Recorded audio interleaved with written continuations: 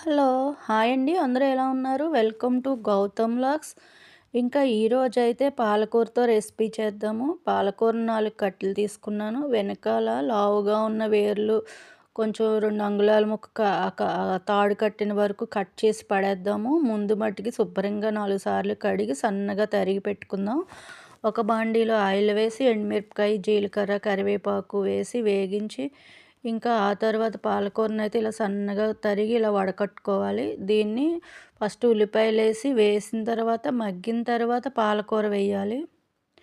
అప్పుడు పాలకూరలో వాటర్ వస్తుంది కదా! అందుకని ముందు వేయకూడదు. ముందు ఉల్లిపాయలే వేయాలి. తర్వాత పాలకూర వేసి బాగా మగ్గించినప్పుడు కొంచెం కరివేపాకు, కారము, ఇంకా అల్లం తురుము వేసుకుని బాగా మగ్గించాలి.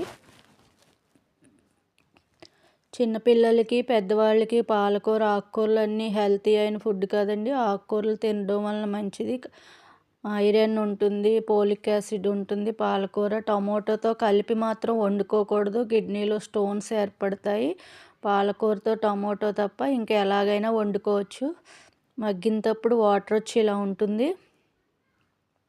బాగా వాటర్ ఎగిరిపోయిన తర్వాత ఇలా గట్టిగా వస్తుంది. వాటర్ మనం అస్సలు పోయకూడదు. దానికి వచ్చిన వాటర్లోనే మగ్గి ఇలా వస్తుంది. ఆయిల్ బయటకు వచ్చినప్పుడు కట్టేసుకోవాలి. ఇది పులుపు ఇష్టపడేవారు కొంచెం నిమ్మరసం పిండుకోవచ్చు. కానీ చాలా అద్భుతంగా ఉంటుంది. రైస్లోకి, రోటీలోకి నిలవ కూడా ఉంటుంది 2-3 రోజులు. మా మనవలు అయితే క్యారేజీ లంచ్ బాక్స్లో తీసుకెళ్ళడానికి బాగా ఇష్టపడతారు. సమన్వి ఇదేసే పెట్టు నానమ్మ అంది. కానీ ఇల్లంతా గుమగుమలాడుతా వాసన వచ్చేస్తుంది అది మగ్గుతుంటే. ఒక గిన్నెలో పెరుగన్నం, ఒక గిన్నెలో పాలకూర రైసు పెట్టాను. పచ్చడి రైసు. పాలకూర రైస్ అంటే అది రుబ్బేసి గ్రేవీ వేసి చేస్తాం కదా, అది వేరు. ఒకసారి ఇలా కూడా ట్రై చేసి తినండి, చాలా బాగుంటుంది. మేము కూడా ఎక్కడో రిలేషన్ దగ్గర చూసి చేసుకుంటున్నాము. క్యారేజీ అయితే పెట్టేశాము. ఈ లోపల మీషోలో చీర తెప్పించుకున్నాను. రీజనబుల్గానే ఉంది రేట్, అది బాగానే ఉంది కలర్. ఇక్కడ గుడికి వెళ్ళినప్పుడు కట్టుకోవచ్చు, స్కూల్కి గుడికి వెళ్తున్నప్పుడు అని కొనుక్కున్నాను. బాగుంది. రేటు 350 పడింది. ఈ కాంబినేషన్లో నాకు లేదు ఈ కలరు. తెప్పించుకున్నాను. ఇదైతే బాటిల్ కడగడానికి ముందు ఉన్న బ్రష్ పీస్ పీస్ కింద వచ్చేస్తుంది. ఇదైతే స్ట్రాంగ్గా ఉందని ఈ బ్రష్ కూడా మీషోలోనే తెప్పించుకున్నాను. బాటిల్ కడగడానికి ఇదైతే బాగుంది.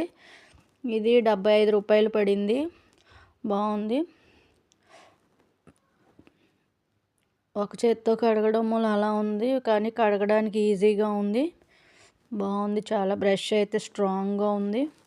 ఇంకా ఇదైతే నిన్న సాయంత్రం కదా, స్కూల్ నుంచి వచ్చాక నానమ్మ మళ్ళీ నూడిల్స్ అని అడిగితే మళ్ళీ నూడిల్స్ చేశాను.